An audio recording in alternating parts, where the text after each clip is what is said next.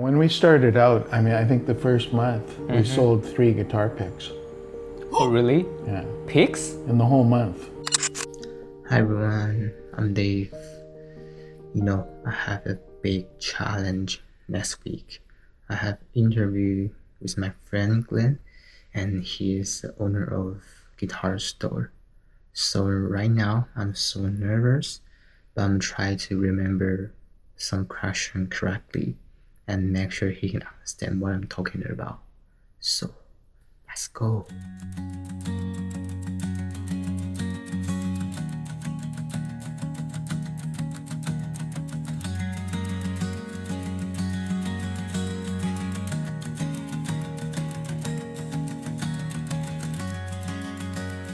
Okay, I will remember this question. I do my best. So I hope we can get a result. See you later.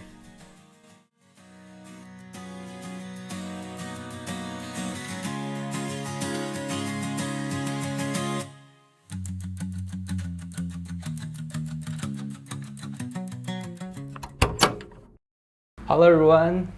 Look at this. Crazy. A lot of guitars. Are you addicted or is that actually a business? Today our guest is my good friend Glen, and he's the owner of West Coast Guitar. Hi Glen. How you doing, Dave? I'm so nervous right now. That's okay.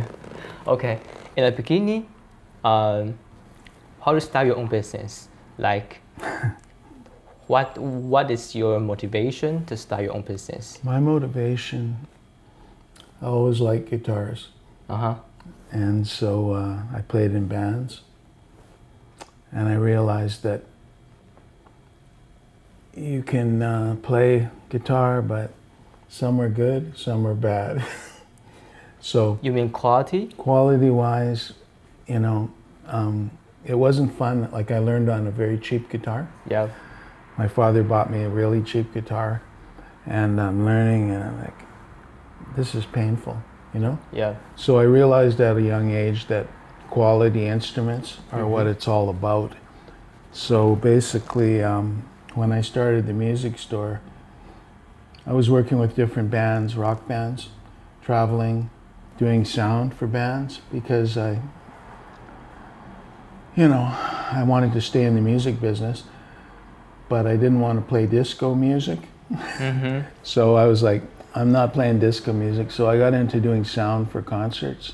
So I worked with some big name bands and traveled the world, basically, Yeah. doing concerts and sound gigs.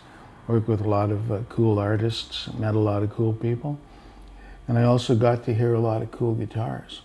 Yeah, but before you were famous and before big brand like you, where did you find money? Like, how did you find guitar to sell? Like, Well, you what don't have any happened deal was with- after I was on the road doing concerts, I met my wife, and we were traveling every day, different place, driving all night or flying, and we wanted to stay in one spot. So we decided Vancouver was the place because it's a wonderful place, nice weather, and so we opened our store here in 1989. Wow, and that's cool. yeah, so we basically started selling vintage guitars, like vintage Strats. This is just a 70s Strat, but Wow, we have amazing. Strats going back to the 50s and collectible stuff. Yeah. So we started selling cool vintage guitars, Yeah. and at that time, the early 90s, there was a lot of bands like all these bands with the signed guitars, like we're recording in Vancouver at different studios like Little Mountain and the Armory and Brian Adams' studio, the Warehouse. Yeah. So Bob Rock would bring people into our store sometimes, and the bands would come in and they would buy vintage guitars off me. So yeah, that's how we got rolling. It was So in just that with time, you don't vintage. have any brand new guitar, just vintage. No, just all vintage. And we became kind of famous for the best vintage guitars. Mm. And, you know, we still have a vault full of vintage guitars for collectors and players and studios. Mm-hmm. But yeah, we started out all vintage. Okay, but in the very beginning, just you and guitars, like you don't have like many customer in that time. So do you feel like I don't know how to sell it, or I don't know how to find a guitar to sell? Well, I actually drove through the whole of the U.S. Yeah. and I bought vintage guitars. This was before the internet Uh-huh. and before, you know, iPhones. Yeah. You had to go to a phone booth Uh-huh. and you had to phone. And Okay. you had to look in a I can newspaper. imagine. Uh-huh. And so I went all through the U.S. And that's when I met Norm from Norm's Rare Guitars in L.A. and a lot of people from all of the vintage stores across the U.S.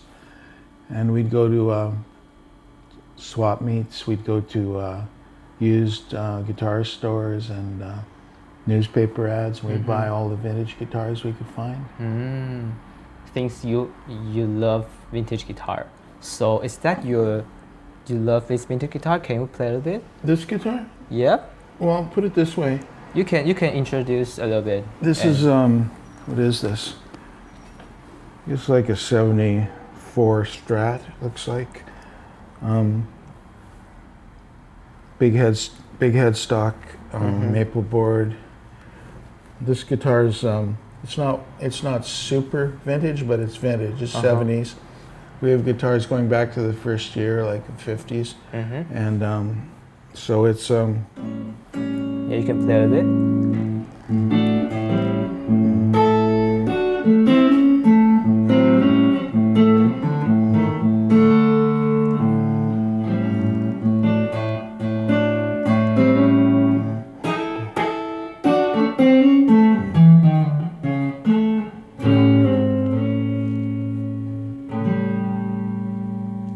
Wow, it's so good. Yeah. It's so good. So you know they have a certain sound. I don't know how to say that, but it gives me goosebumps. You know, the sound is it's so good. Well, it's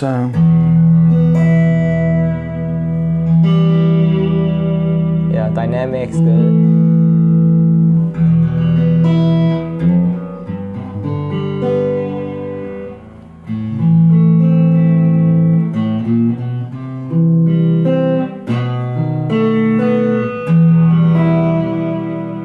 yeah, they're cool Good. guitars. So you know it's a piece of history.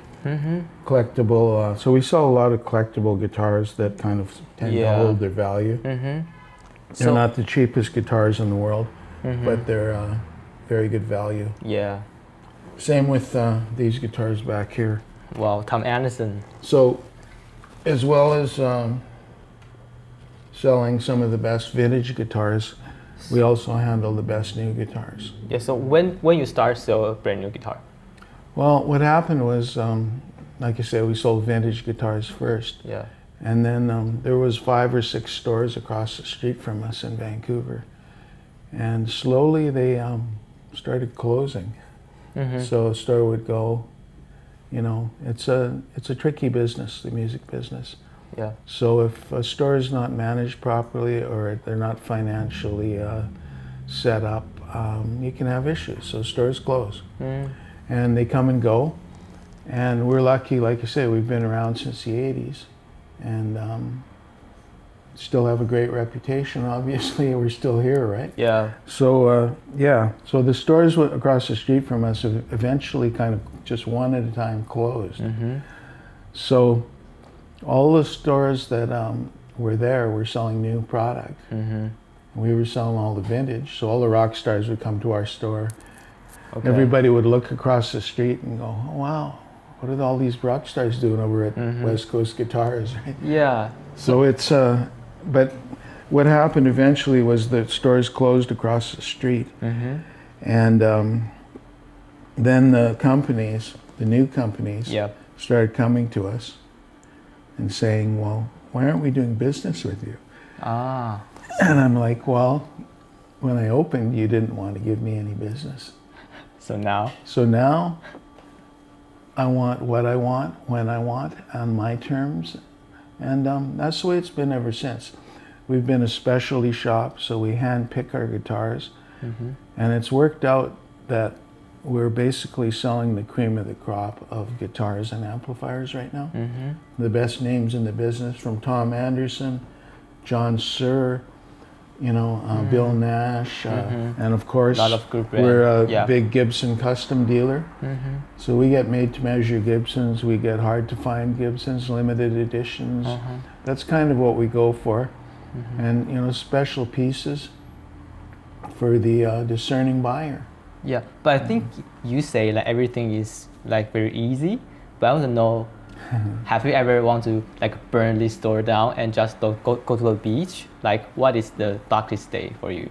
To be honest with you, when you're doing something that you like, it's not work. Oh, I see. So for me, like I say, I'm surrounded by guitars and guitar people all my life. So in the store, nothing changes. Oh, okay. Because that is your And you love it. if anything, it's great because people know where to find me. Yeah. So all the rock bands and the different people that I've worked with, they can find me in one spot. Ooh, that's good. That's good. So if you are 25 right now, no money and no store, what is your first move? If You're like saying age. if I was starting a store today, Yep. what would be my first move? It's a good question. For me, the key to my success has been finding unique products, Yeah. specialty products, Yeah. having guitars that nobody else has, having amplifiers from the greatest builders like John Suhr, and Yeah. we handle Amplified Nation, basically a Dumble clone. So you're buying like a $200,000 amplifier for significantly less from these great companies, Bad Cat. We do a lot of great companies. We do the Freyette amplifiers. Yeah. Like Stephen Freyette's a total genius. So we're lucky to be able to deal with these guys. Yeah, but you're so good. Like we go to NAMM show together, Yeah. and you always choose like the brand. They're not very famous right now, but you can just show it. And Well, you have to know what's good, Yeah. and you have to get it first. But that is all experience. It's Like. experience, it's Yeah. taste, and it's having the ability to make decisions quickly. Yeah. So good. But I have another question. I'm very curious. What's the stupidest things that the customer ever said? Like this, like 1950 Fender is too old. Give me discount. Like they don't understand what's what? vintage. The way I look at it is customers are, I'm not going to say they're always right, because sometimes they're not, Yeah. but it's the way that you tell them that they're not right that's important. So, you can educate people to a certain extent, but I find that our customers generally know, because we're in the higher end of guitars and amps. Yeah. Our customers already know that they've had other guitars, they've had other amps, and it's a quality of life thing at a certain point. So they figure out that, well, gee, maybe I shouldn't get a mass-produced guitar that costs double Oh, I see. what a good guitar costs. Yeah. And eventually they figure it out, and they start dealing with the smaller companies and the boutique brands and the stuff that's actually quality construction as opposed to mass production. So like you say, their life is better because of it, but I can't make people realize that when they're a beginner. Yeah. You know what I mean? Yeah. Some people will take advice and they'll buy their kid a decent guitar to start. Yeah, but many people pretend they know everything about guitars. Like I say, they're not really our customer. Okay, I see. I'm not here to train people. Yeah. It's not you know what I mean? I don't want to change people's opinions. All I want to do is provide the best guitar and amp that I can at the best price. Yeah. Yeah. Yeah. And if people ask questions, I'll answer them. But some people have an idea in their head. You know, they're buying a name, they're buying something, a dream, or something. You know, who knows? But it's not my job to tell them that they're wrong. Yeah, that's their You know? decision. Because if I do that, they're gonna think something's weird. Yeah. Okay, but like you always encourage me to start my own business Yeah. because you in very first you start your own business and you didn't find other job or something. Well, you've got freedom, and Yeah. you make your own choices, and you suffer the consequences of your decisions, right? So you have nobody to blame but yourself. Yeah. So I think the learning curve is very quick, Okay. Yeah. If you have own business. right? Yeah. But high risk. It's high risk, but it's high benefit, Oh yeah. right? Yeah. Yeah. So I think it's like anything. If you put the time into it, and you have the passion for it, and you treat people fairly, and you're honest. Yeah. But I think a lot of people they find a job because they want to earn money right now, but Right. they didn't think about like future. Yeah. So it's very hard to Well, yeah. When we started out, I mean, I think the first month we sold 3 guitar picks. Oh really? Yeah. Picks? In the whole month, Okay. because nobody knew us. Yeah. So it takes time to build a business, but because we had quality products and we But gave you good didn't feel advice. nervous right now. You Well, didn't yeah, feel you're nervous sure at you that feel time. nervous. Yeah. You wonder how you're going to pay the rent, Yeah. Okay. right? But you know, because we had quality products and I'd picked all these cool vintage guitars, I Yeah. mean, the reputation grew very quickly. Yeah. And because of all the rock stars, all these signed guitars, and all the guys we dealt with, it just seemed to snowball fairly quickly. Yeah. Oh, that's so good. Okay. Like we know each other is like almost 2 years. Yeah. And you meet many people. Like some people speak like perfect English, but no so. But Right. some people like me Yeah. love music, but Yeah. English is bad. So You know what? Your English is not bad. Oh really? No. I understand you perfectly. And since I've known you, Yeah. your English has improved by, I would say, 3,000%. Oh really? Yes. You don't you so notice much. it, but I notice it.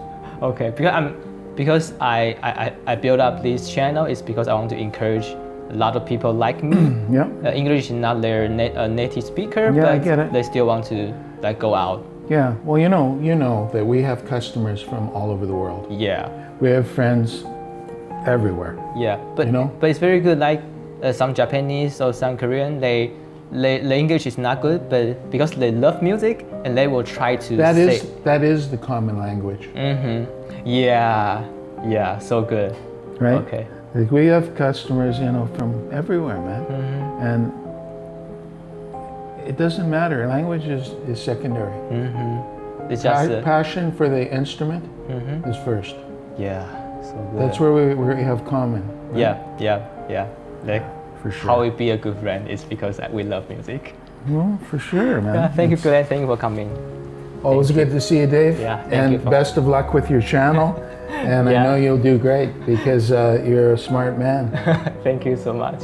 And if you are interested in any musical instrument and any musical stuff, I'll put the information below. And see you next time. Bye. Thanks for watching, guys. Subscribe and follow my Instagram for more vibes. Comment below what kind of topic you want to see next. And I also made a PDF to improve my English. So link is below. Let's be brave and learn together. See you next time.